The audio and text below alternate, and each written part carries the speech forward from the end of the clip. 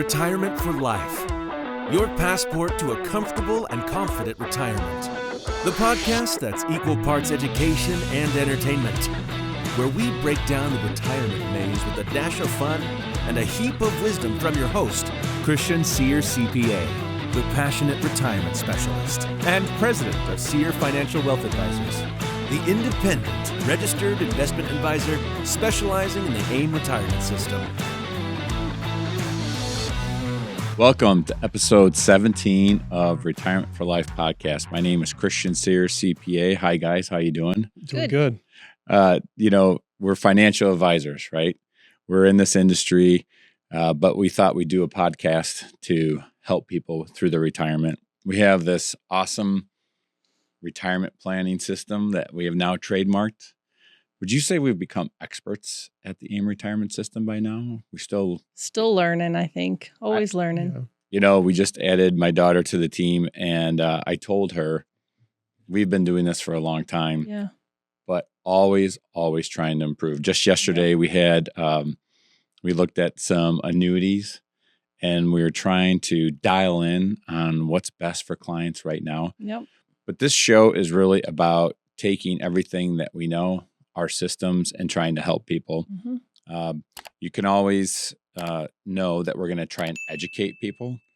We are going to try and make it fun, which sometimes it's fun, sometimes it's not. But today, I think we have a great show for you today. We're going to be talking about expenses in retirement. I just want to give you one example. Remember, watching this podcast show is so much better than listening because there's going to be an amazing amount of graphics. I sound like Donald Trump, don't I? Amazing. Amazing. But there's a lot of good graphics. And, I spent a lot of time preparing for these videos, these podcasts. And we're about to show you a graphic that highlights the importance of expenses. And that's what we're going to talk about today. So if you're listening, better to go to rflshow.com. That's our YouTube channel, right? Yesterday, my wife said, "How do I see that episode 14 again?" And we were laughing, weren't we, Brooke? Yeah. I said, "Jamie, you go to YouTube, you type in Sear Financial or Retirement for Life, you'll find our channel. On our channel, there's videos, there's shorts, there's a podcast. You click the button that says podcast, and there's all of our episodes." But, sometimes that's difficult for people. Case in point, Jamie. So we just do rflshow.com. Mm-hmm. And instead of listening, you get to watch, and you're going to see some great graphics. So today we are talking about expenses in retirement. This is critical. And I also have a lot of tidbits that I want to get to that are actually really cool and entertaining. But this is the example that highlights what's so important about expenses in retirement. Mm-hmm. I took an actual example, always take actual examples from our client base. This particular gentleman is married. And I remember when he came in the first time, we're talking about expenses. And often, Andrew, what do people say about expenses when we ask them how much are they spending? Most of them don't know what they're spending. Nobody has a clue how much they spend. Yeah. Nobody has a clue. No, and normally what they think they're spending is they spend much more than they think they are. They're always shocked when we tell them what they're actually spending, and sometimes they'll fight us on it. But Mhm. ultimately, we'll get into that of how you figure out your expenses and why they're usually higher than what you think. But on the screen, he wasn't sure. We thought he was spending $6,500 per month. And he said, "There's no way I'm doing that."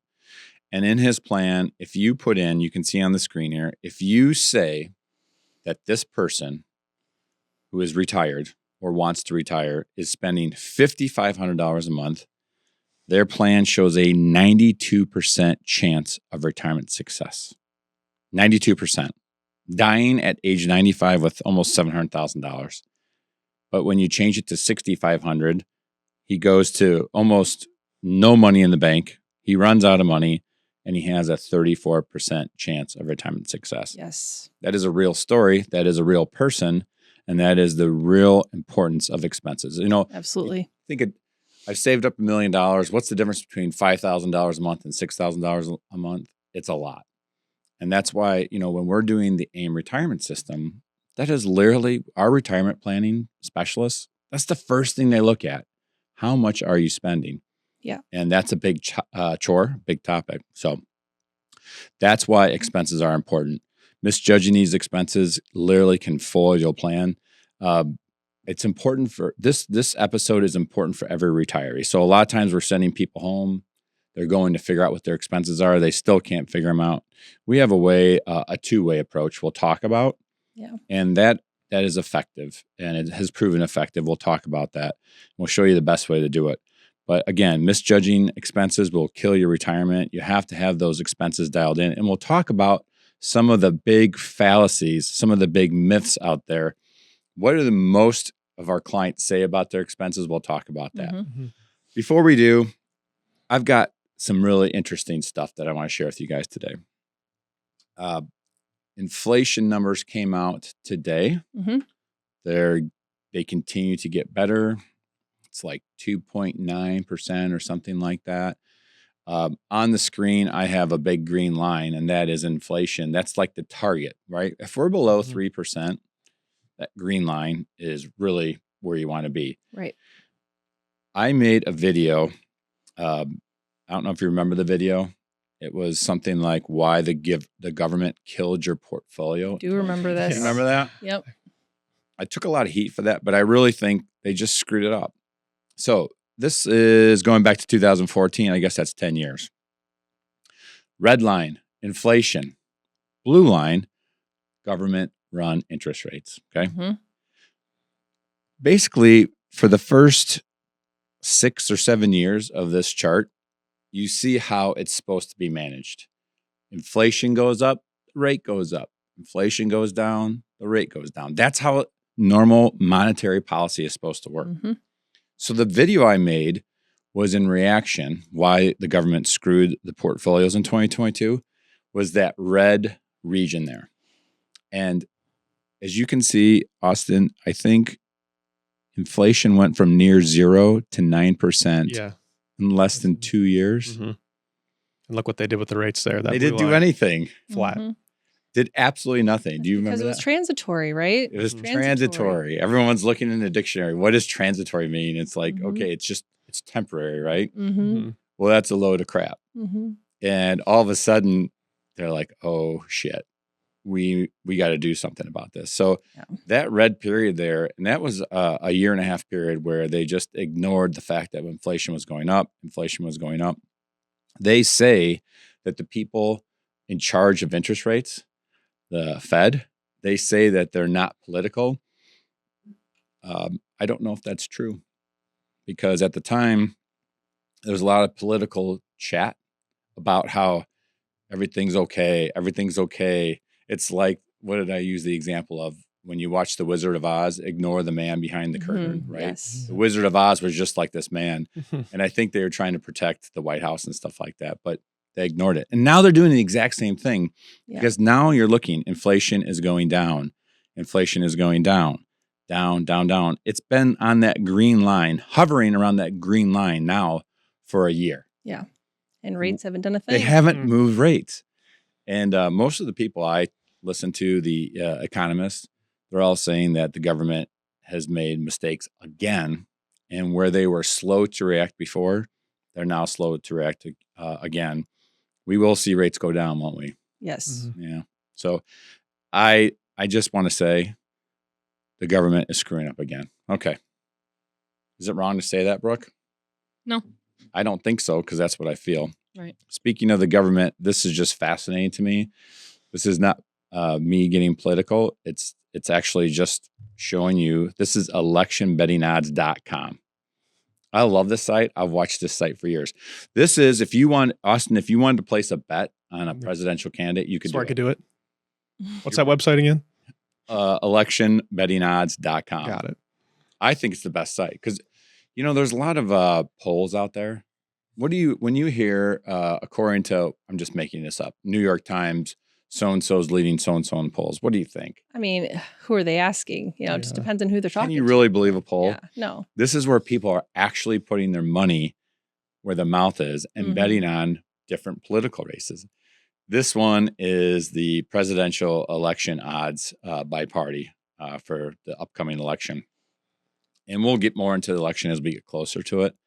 But for me, what's interesting is, this is from July 1st to today. And if you look, the red party, the Republican Party, definitely had a clear advantage. I would say like 60 to 40, according to people betting on the election. Not necessarily all of America, but there was a clear lead. And then the assassination attempt that was July 13th happened. And look what happens. What do you see? A little bump Jumps. up. Yeah. Yep. Isn't that sad that a person almost has to die to move up in the But polls? what's funny to me is it doesn't last very long. No, it lasted, a couple weeks, not Yeah. even. And then the Republican Party starts going down and down. And then Biden backs out of the race literally a week later on July 21st. And the blue party has just continued to increase and increase. And then Kamala Harris on August 6th says, you know what? I've got a running mate, Tim Walz. I don't know much about that guy. I never actually knew him. Did you guys? Tim Walz? I only knew because, of course, Sean pays attention to this stuff. So I only knew about it because of him. I wouldn't have known otherwise. And then when she announces her running mate, Tim Walz, now they're in the clear lead as far as people betting. So that's interesting. We'll have to keep our eye on that, and we'll see what happens after. But it's definitely interesting. Okay, so we got to talk. We're going to do the question of the day. Brooke, let's roll question of the day. Question of the day. So this is a question that was submitted to us online. There's a lot of ways to ask us questions. What's fun when you're talking to people is not talking the ear off, but answering questions. There are a lot of ways that you can ask us, Andrea, Austin, Chris, Sear Financial. You can ask us questions. How can a person, Austin, what's the best way to ask us a question? Yeah, the best and easiest way is just to go to our website, retirementforlife.com. When you get there, there's a landing page, there's a microphone you can click and just say your question. Just click on the microphone and talk. Yep. It's that easy. Andrew, what if people don't want to go to retirementforlife.com? Just click and talk. What else can they I was do? going to say, if they're old like me and prefer to pick up the phone, you just call 877-80-RETIRE and you can talk to someone. So many questions. Give us a question because we'll address it. We'll talk about it. We'll put it up here and we'll make some good conversation about it and hopefully educate people about this. But the question was based on this video. We made a short. We just got done doing 3 parts on Roth conversions. And I told this story. Let's roll that story, Brooke. The gentleman that came in years ago and his wife almost punched me in the face. Yeah. You remember that? Yeah. They proudly walked in with their 401k statement, and they are customers today. But it looked bad for a while because they showed us their 401k statement, $1 million. I'm like, good for you, but that's not $1 million. I said, maybe at best you have $650,000. And she literally looked at me like she wanted to punch me in the face, the wife. And I explained to them, your 401k, your IRA has never been taxed. The government is salivating, just waiting to get their hands on it. Why? Because the federal debt right now is $35 trillion. Currently in 2024, we are spending $1 trillion more per year than we have coming in. Right. What household do you know could spend an extra $1 trillion that they don't have every year? No way. Only the U.S. government. This is a problem. And so this ticking tax time bomb grows. We're going to show you that. So I tell the story and it hits. Brooke, how many people have watched this video so far, this short? Over 150,000. We've never had 150,000 people do anything at once for us. And they're watching this clip and it's going viral. And it just goes to show you it never knows. By the way, retirementforlife.com, one of our goals was to have 1 million subscribers. We just talked about before the show. Brooke's like such a hater.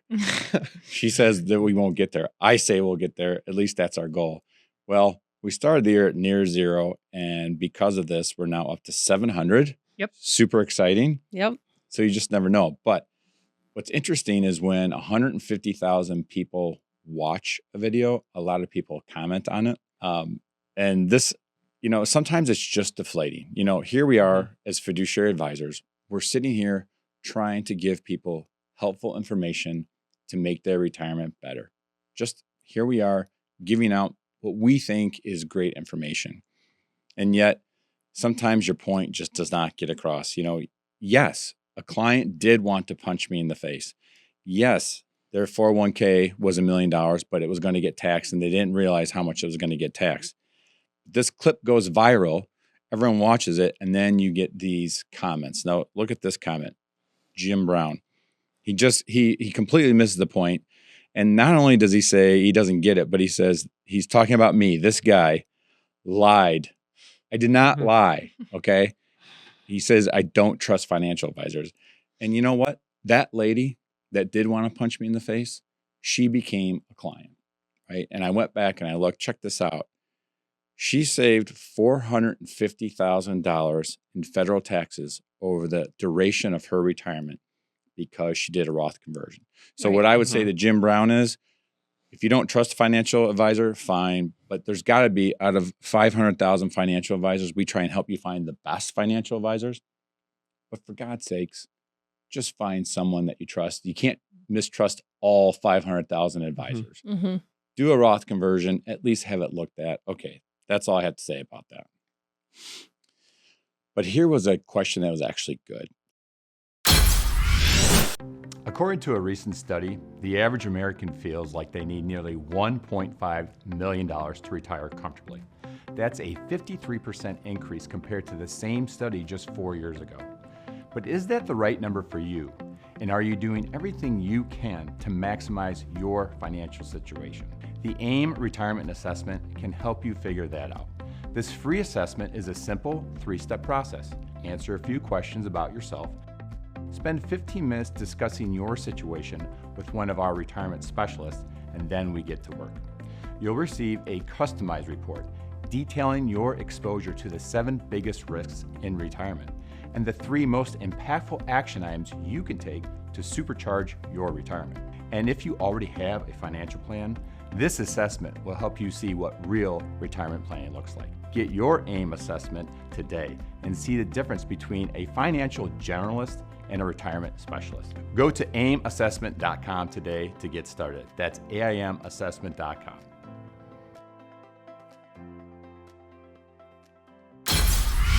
So, Austin, what is this question? This is from Mary. I won't say her last name. Yeah, she said, "Hi, Chris. I watched part 3 of your podcast on Roth conversions, and I just have a question. Not sure if I missed it, but there are rules on Roth IRA distributions the same if you've inherited a Roth?" Right. So she had a great question because we talked a lot in part 3. There is this 5-year rule that I said I think was more complicated than reading the internal tax code or something like that. It's a headache waiting to happen. Mm-hmm. But we addressed it because you can't talk about Roth conversions without talking about how and when you can take out distributions. So we covered that topic. But what we didn't talk about is what happens if you pass away and one of your beneficiaries gets the Roth. So I did want to address it really fast. It's on the screen. I'm not going to go through the details of it. But basically, there are 3 kind of Roth beneficiaries, right? Mm-hmm. The first one is your spouse, okay? So if you have a Roth and you die, your spouse most likely is going to get that. She can just take, and Andrew, you can just take that it as your Roth own. and just move it Mhm. into your own, right?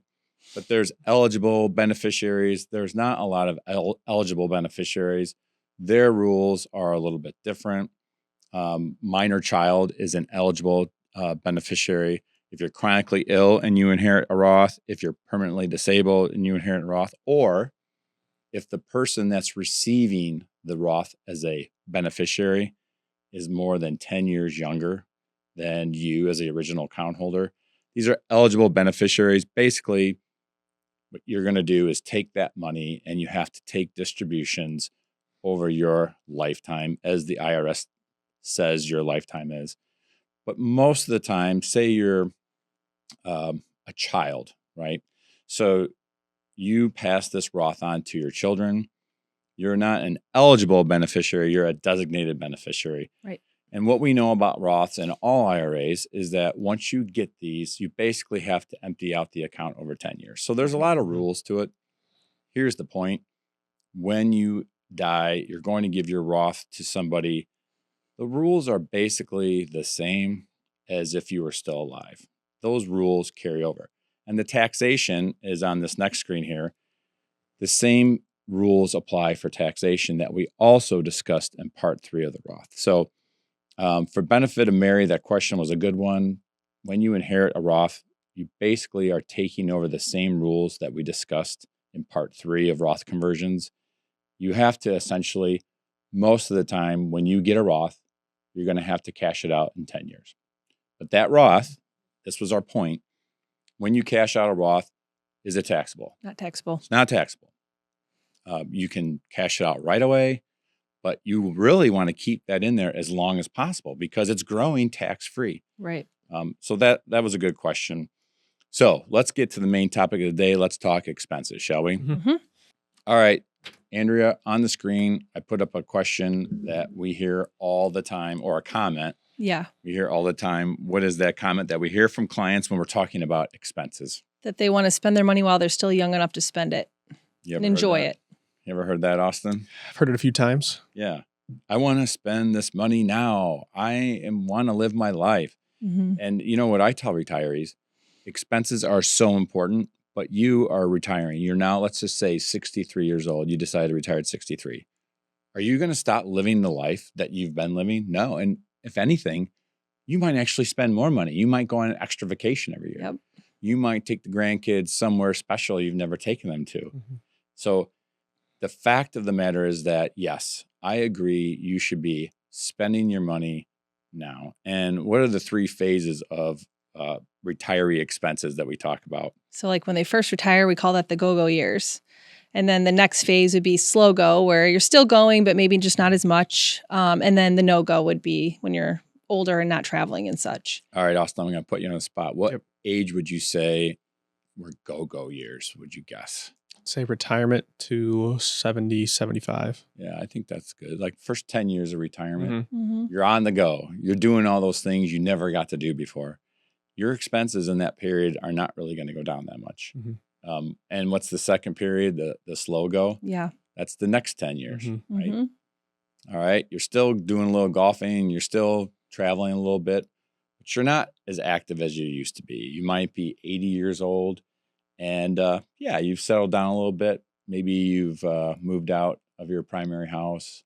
You're slowing down. And then those no-go years, you know, now you've reached 85, 90, 95, and you're just not doing things like you used to. So the second comment that we get all the time, and I mean all the time, Mm-hmm. when people say this about their expenses, I don't want to say it makes me mad, but it lights my fire. Say frustrating, maybe. Yeah. Okay. What do they say, Austin? What's it say? Yeah, they say, I'm not going to spend that much when I'm 80 years old. How often do we hear somebody say, oh, I'm not going to spend that much when I'm 80 years old? Yeah, all the time. Now, to a degree, and I'm going to show you, you are right. When you say, I'm not going to spend that much money at age 80, you're right. Right? Now, the biggest, most widely cited guideline for how much do your expenses go down in retirement, they say that it's about, I would say 15%. Okay. Generally speaking, the research shows, and we'll get into this, we'll show you, that your expenses will go down, but not all of them, right? So let's take a peek. You're 80 years old. Okay.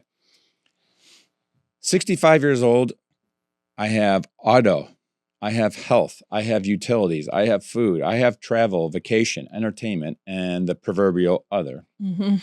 I just made this up, but it comes out that you're retired at age 65 and you're spending $6,600 a month. Would you say that is average? Very much average. It's fair, yeah. What would you say is the range for expenses of clients that we work with? Now, let's say before you answer, we're generally working with clients who have done a good job saving. Yeah. They typically have $1 million or more of investable assets. So that's the lifestyle they have. What's the range typically? I would guess around 6,500 to like 8,500. How high have you seen it? 15,000 a month. Some people spend more than others, right? But I think this is just a good average to show people. Mm-hmm. All right, you're 65 years old. You're spending $6,600 a month. You need to come up with a plan to cover that $6,600 a month. Mhm. But we need a plan that's going to last 30 years, right? Right. Mm-hmm. So fast forward to age 80, those top 3 buckets, auto, health, utilities, is your car payments going to go down? No. No, health definitely won't. Health insurance is going to go up 5% a year. It's not going to go down. Yeah. Your utility bills, are they going to go down? Nope. No. Some Definitely other not. things like food, travel, you might travel a little less when you're 80. You might go on less vacations. You may not go to a lot of concerts like you did the other night Yeah. when you're 80 anymore, Probably not. especially Metallica. Yeah. I don't know if I can handle that then. Andrew went to 5-finger death punch and sent me a message the other day that said, what did you say? I'm gonna need utilizing my earplugs. Like, why is Andrea at 5-finger death punch, Brooke? Would you ever go to 5-finger death punch? I don't think so. No. All right. So when you're 80, things like this you're not doing anymore. So you can see your expenses do go down between age 65 and age 80. They'll go down. Now, this example, I say they go down 12%. By the time you're 95, chances are there's only one spouse alive still. So your automobile costs all your costs go down. It's Mhm. possible, and I think realistic in the research I've done, that by the time you're 95, your expenses could be down as much as 40%, right?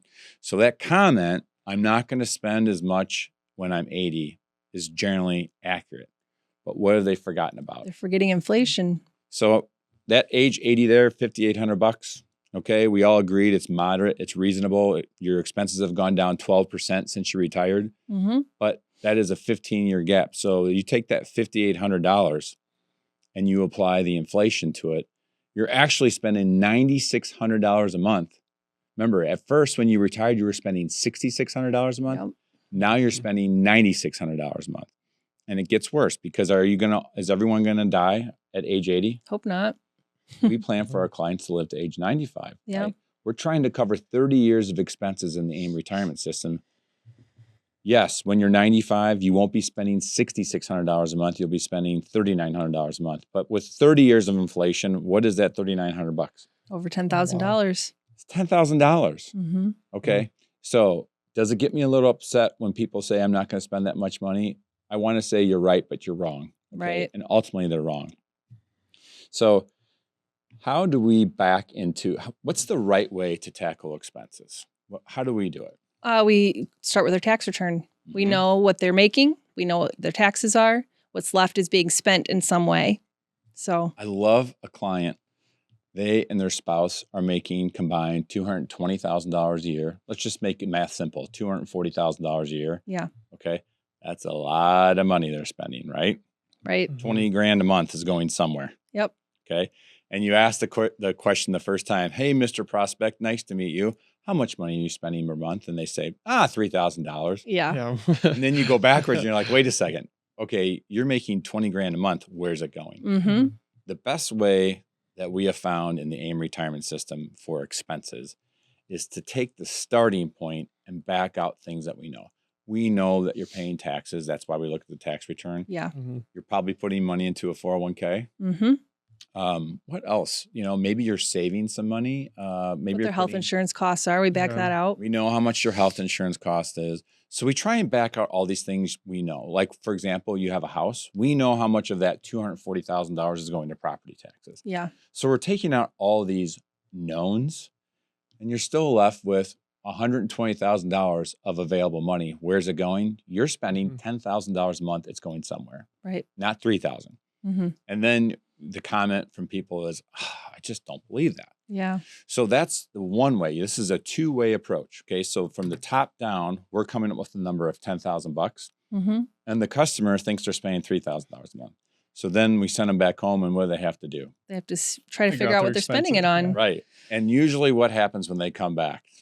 Well, a lot of times they've done some big thing that they forgot that they did, whatever it was, paid off a car or whatever. And they're like, oh, right, I put that much money down on my car or Okay. whatever. So there's that. I feel like a lot of times they come back and say, you know what?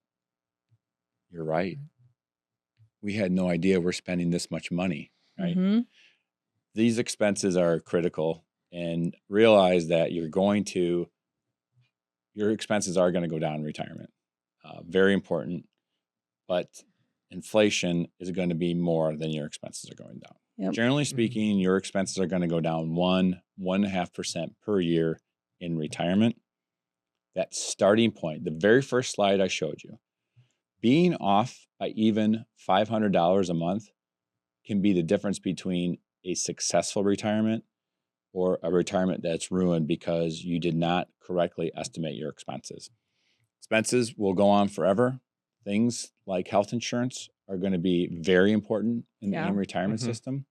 We're going to tackle that. But you as a retiree need to have a handle on your expenses. There's no doubt about it. So that's the summary of the show. I appreciate you guys listening today. I did want to say one more thing. Did you know that credit card delinquencies are now at an all-time high? The debate is the American economy going to go into recession? Yeah. You know, most indicators point to no at this point. We're sitting here in August of 2024.